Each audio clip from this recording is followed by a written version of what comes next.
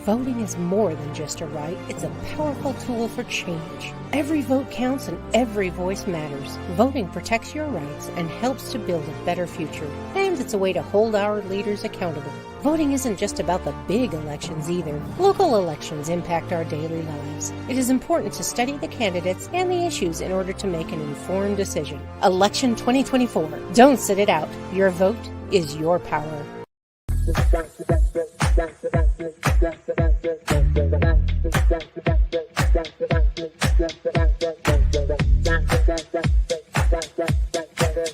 PR Connections Radio presents.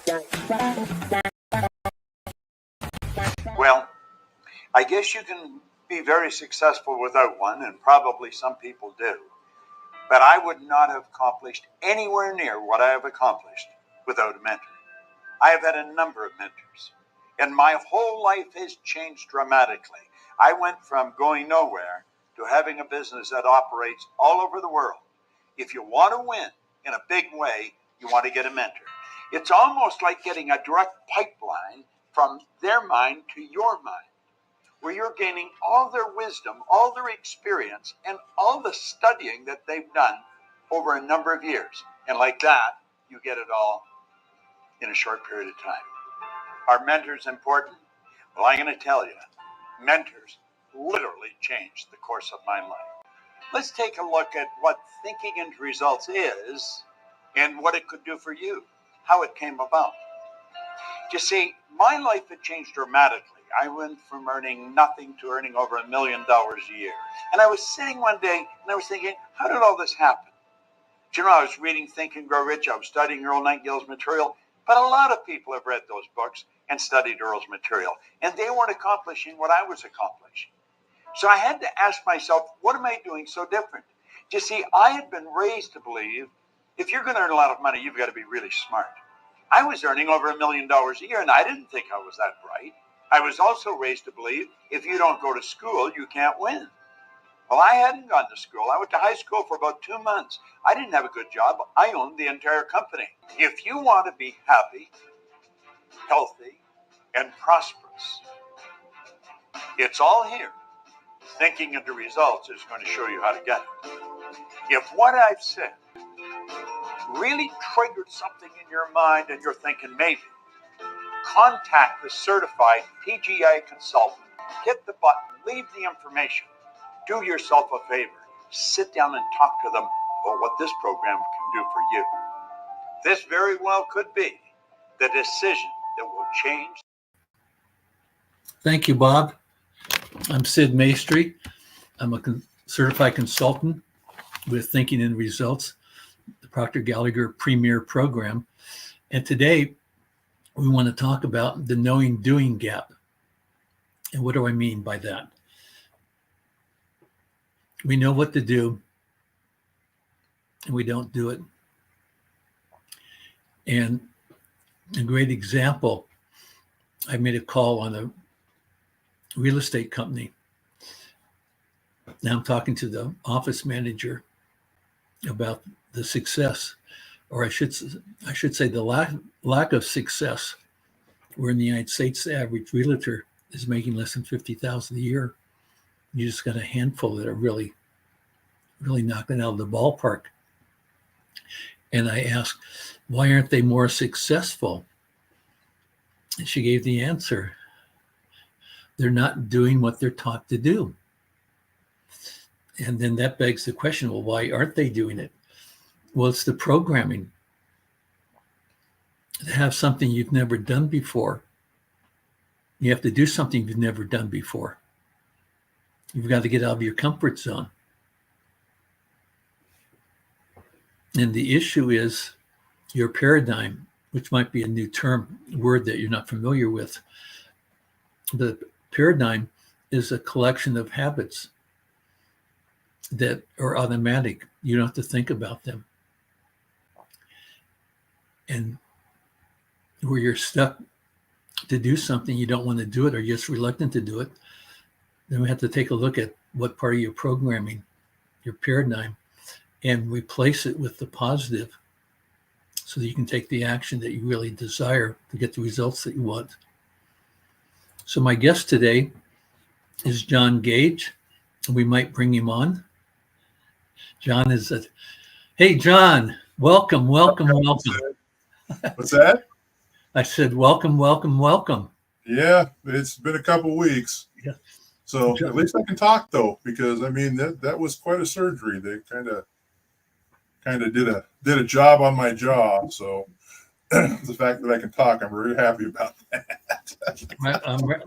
I know how serious it was. I'm really glad that you're back to your old self.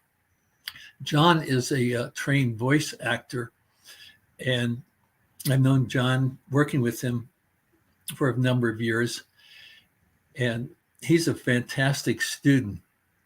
Why do I say that? Because he's doing the things. You're doing what I'm told. What he's been taught, what he's been learning. And John, I think you had a couple of ideas, or looking at the knowing doing gap. Okay. You know, there's a whole list of things that they talk about with the, you know, with the knowing doing gap, and the biggest is, you know, we know what we're supposed to do, yet we still sabotage ourselves because we don't understand why we're doing something. I mean, how many pounds have you lost? I'm sorry. How many pounds have you lost? That's the pounds you've lost. How many pounds have you lost? That's a great question. I love that question, because I often would tell, when it's appropriate in the speech, I've lost over 300 pounds. And they'll say, that's amazing. I said, yes, I lost 20 pounds 15 times. Yeah. See, and I've lost a lot, probably 1,000 or more, because I'll lose it. I mean, I got down one time to almost 200, almost 300 pounds, and gained it all back. Why did you gain it back? Because I didn't understand why I was doing it, and I wasn't taught how to. I was taught how to do it, but I wasn't taught why I need to do it that way all the time, and what I need to change in my mind so that it becomes a habit and a paradigm, which is different than a habit, and to make it stick. Apparently it affected more than just, you know, the pain in my jaw. But in order for me to lose the weight, and like I said, we've talked about this before, I know if I can get down to 275 without any surgery, any kind of help, I can do anything. Excuse me a second, John. I think I've got too much light in here.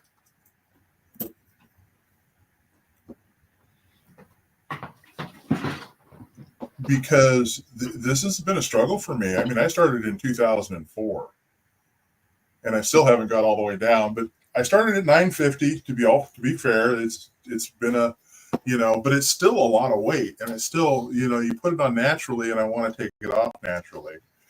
But what my problem was is I was doing what I was instructed to do. I'd lose the weight, but I didn't understand how to make that a permanent thought process. Does that make sense? Yeah, I'm not sure if I'm explaining that completely thoroughly. But let me take that for a second, John, okay. Because we talked about this yesterday. Oh yeah, my amateur weight loss person. Yeah. I lost 300 pounds. Let's use the word diet. I like the weight release, but we're going to use the word diet because that's the normal term that people are using. Right. And to lose weight on the diet is to eat differently, behave differently, whether it's drinking more water and exercising every day. Mm-hmm. And so you've got a goal, you're going to get down whatever it is. In my case, it was 20 pounds. And I could do that in 30 days. Right. And of course, I was younger at that time, in my 30s. or 40s. That seems like for me, even for me, that's 30 seemed like a long time ago. Okay. So I changed my behavior, and we talked about the what the where the paradigm is, our subconscious. So you have your conscious mind. Now I'm just going like this. We got our conscious mind thinking and wanting to lose weight. This is the program. This is what I do, and we force it to change our behavior. right. But we But don't convince that it doesn't stick with us, Mhm. and we go back eating normally, badly the way we were eating before, and it comes back on because we hadn't permanently embedded that new behavior. But as we're talking about the paradigm and what we're teaching in this program is how to reprogram yourself. And that's reprogramming the subconscious from the conscious. Exactly. And the subconscious, because the subconscious actually can, and this is something that if you'd asked me 15 years ago, well, does the subconscious control your behavior? I would have said, please. Now, if you ask me, I'm going to say absolutely. 100% it controls your behavior because your subconscious has decided this is your reality, and it's going to fight any change from that. And if you give in, I think you said it best the other day when we were talking. You said if you don't do your habit one day, it's okay, but if you don't do your habit 2 days in a row, it becomes a new habit. And then you have to retrain yourself to become, and that's because your subconscious is really trying to force you back into where it's comfortable. And you can't do something new if you don't do something new or different. John. Yes, sir. That example you just gave, if I spend 30 days, which I would do 30 days getting where I wanted to go. So for 30 days, I was doing something I normally didn't do for 30 days. Right. And with that, because I only heard that a week or so ago. So now I've got a 30-day habit that I forced on myself. And the 31st day, I don't do it. Yeah, because once I get the second day not doing it, I've got a new habit of not doing it anymore. But you convinced your subconscious you only needed to do it for 30 days. That's where I was operating because I didn't know any better. Yeah, and that's something I've learned. I've convinced my subconscious, well, you just got to do this. So I've learned that to convince my subconscious, you have to do it today. You have to do it today. How do you convince your subconscious? By reading the affirmations, and then I write down, I only have to do it for one more day. And I write it down, I only have to do this one more day. I only have to do this one more day. Can you give an example? Can you give an example to an affirmation? How you write your affirmations? It's like I am happy and thankful that I now weigh 275 pounds, have a 40-inch waist, 72-inch chest, 10% body fat, which is good, by the way. I walk a mile per day, do a full body workout 3 days per week. I eat all natural, healthy foods, keeping my mind and body at healthy peak performance. And I do that by, and so here's the plan. I do an 18-hour fast. So I only have to get to that 18-hour mark one day, today.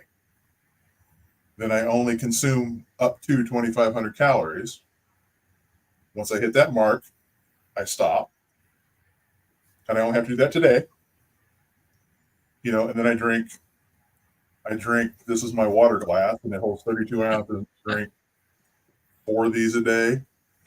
And I hydrate half of it because I hydrate my water because it gives you better hydration.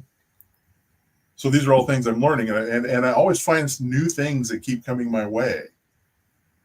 I need to get healthy. So like the surgery, okay, how do I heal from that, and how do I move forward from it? Well, there's certain things that help make you healthy. So, okay, great. Let's check that out. Okay, great. Yeah, it's inexpensive. Let's do that. You know, John, yes, where sir. you're, excuse me, what the shift that you've had to get you here, and as you're talking, you're open to try new things. Yeah, I agree, because you have to be open to try new things. If you're not open, you have to be ready to receive it, I believe is a term we've Yes. used together in the past. And if you're not ready to receive it, you're otherwise, i.e., open to it. You know, it's difficult to move forward. And I used to sabotage myself all the time. I don't do that anymore. And let's say I have a day where I sabotage myself. I've written it down and I go, okay, this isn't going to happen again. It won't happen today. So, and it doesn't happen the next day. So I don't do it 2 days in a row. But I also know, like, to maintain my current body weight, it's a little less than what it was when I started. It was 4,181 calories a day just to maintain the weight, maintain it. I do nothing, just sit around and do nothing. To maintain 275, which is the weight I want to be at, is 3,300 calories. So even if I ran at a 3,300 calorie, it's still a deficit from what, but I'm running at a deficit from my goal weight to trigger health. And I found that if I do an 18-hour fast, I've digested everything, my body feels real good, it's functioning better.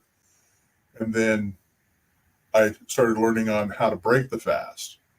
So I eat specific types of proteins to break the fast rather than eat a carb. Because if you eat a protein, your insulin doesn't spike. So I don't spike my insulin. And if you actually, like, if you're hungry in the middle of the fast and you have coffee, you throw a little bit of butter in there, it'll literally curb your hunger for hours. I did not know that. It doesn't break the fast. So these are all things that you learn as you start doing this. Okay, what can I do? So I saw my cardiologist yesterday. How did that go? She had trouble finding my heart issue. I have chronic AFib, which means that your heart beats out of rhythm. She almost had to break down an EKG and do an EKG to see if I was out of rhythm still. And she says, well, what are you doing? And I told her what I was doing. She said, well, she says, well, is it working? I said, what do you think? I mean, I said, it's obvious it's working. And it's all because I'm like, okay, what can I do to make this better? And I'm constantly thinking about it, because you read Think and Grow Rich, you become what you think about all the time. And that's part of changing the paradigm. You sent me these bullet points. One of them talks about, when we go to school. The first one talks about when we go to school, how they kind of kill our creativity, because they just want you to regurgitate essentially what they give you. And I think that's kind of a bad thing, because we're killing the creativity of a child that, could grow up and you create zero gravity propulsion.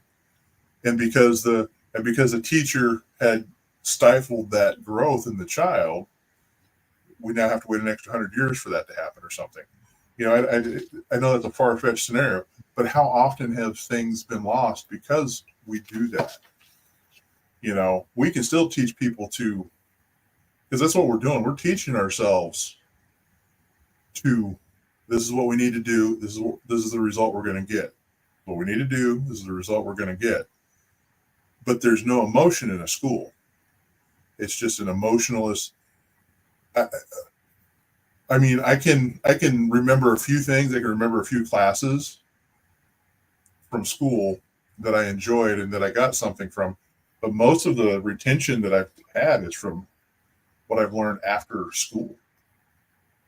It's all self-taught. Just about everything I understand today, I had to take the time to learn it on my own. But at that point, now I'm putting passion into it. I'm putting emotion into it. I'm putting myself into it, which is our subconscious. You know, and back to the changing our behavior. You can change your behavior, accomplish your goal, and because you've only convinced your subconscious that you only need it for that short period of time, that's the only way you're going to get it. You have to convince it this is going to be the way all the time. I like that, John. I've got the sheet that we were looking at yesterday. Mm-hmm. And this is what Bob says. Knowing is not enough to get results. Results come from behavior, and behavior is caused by the paradigm. The results tell an interesting story. They tell the world an interesting story of how the person is programmed. Just by observing your results, it's not the world so much as yourself looking in the mirror, looking around you. This is funny. I remember in the 80s, there was a cartoon called G.I. Joe. And their little shtick at the end of it was, now you know, and knowing is half the battle. What you read is knowing. Knowing is half the battle. And that's what the knowing doing gap is. If you know it, but it's still only half the battle. If you're not applying what you know, it's not gonna come to fruition. It's not gonna happen. I think knowing might be less than half the battle. But that's a terminology we understand, yeah. And people my age will get that. Yeah. So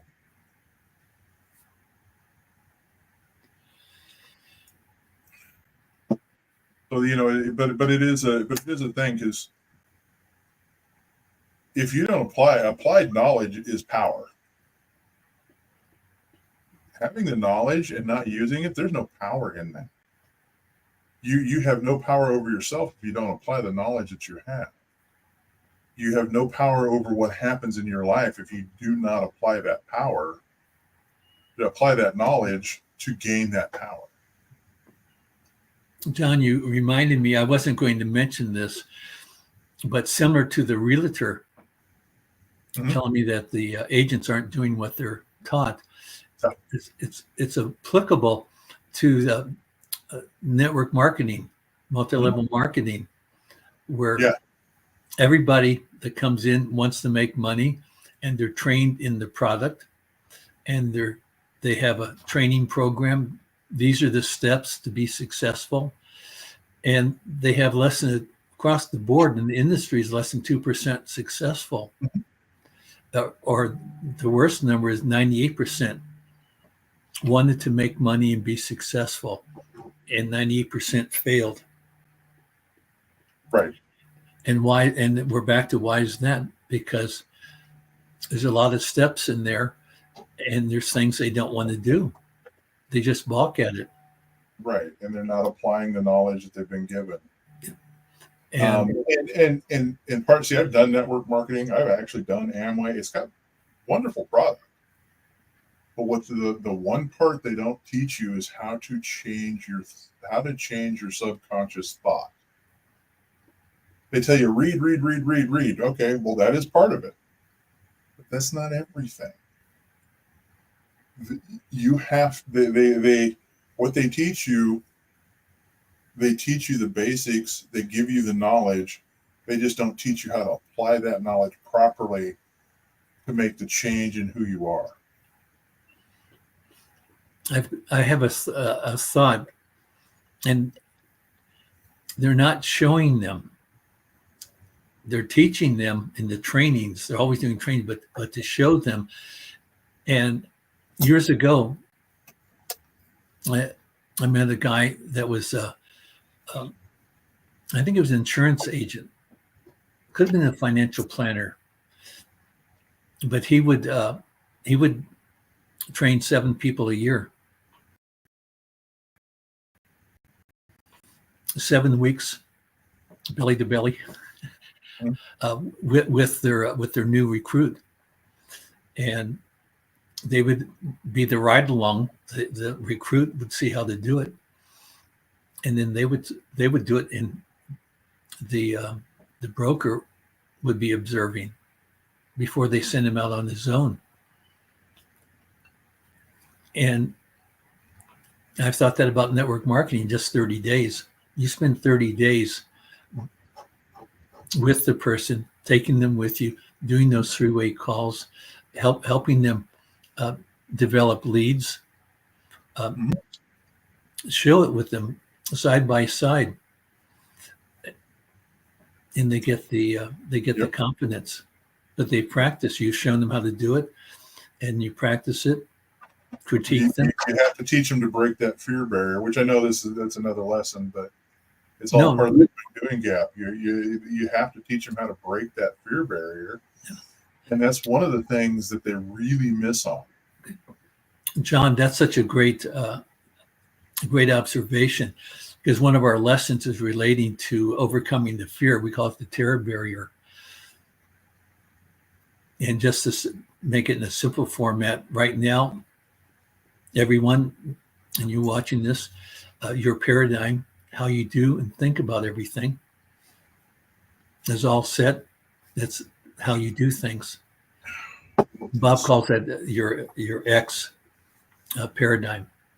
Your X paradigm. And then you get an idea. And now he calls it the Y. So now you bring in a Y idea in your conscious mind. Mm-hmm. And it's just in there and you're thinking about it. Does not disturb your paradigm. Doesn't influence your behavior. But as soon as you make a decision, I'm going to do this. I'm going to do this new thing, this new idea I have. And that's in total conflict of your programming. Bob likes to say, once you decide to take action, all hell breaks loose. Right. Because it's against your will. It's against your programming of how you do things, how you think about things. And as I said earlier, to have something you've never had before, you're going to have to do something you've never done before. And that's scary for anybody. I mean, remember when we learned how to drive? I mean, John, it's like, how am I ever going to learn how to do all of this? Especially, I mean, nowadays it's an automatic, so it's not as dramatic as when we were kids. But, you know, teaching somebody how to drive a stick shift is they're scared. It's terrifying. John, I've never told this to anybody. So this goes back when I was 16 and taking we had driver education was part of our curriculum at school once we were 16. And I still remember being nervous about on a 2-lane road, being nervous about that center line. And I was watching the edge on my right-hand side to be as close as that, but not run off the road. And that maybe that was just a few times or a week or two. Yeah, see, in me, I was the same way. And now I got this big old truck that literally takes up a full lane from tire to tire. I've got like 6 inches on each side, especially when I take our little service road, because we have a little service road from our apartment that goes out to the main road. And I literally have 12 inches on or 6 inches on each side of the truck. So I have a total of 12 inches to stay in that lane, and all these other cars are coming at 50 miles an hour. And it's like, all right, you know, because I got this big old huge truck. John, let's end on that thought. I'm looking at I got 60 seconds.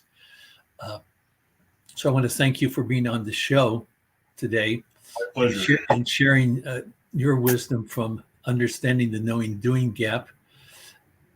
And people that want to know more about this, they can go to sidmaestri.thinkingandresults.com, which is on the bottom, and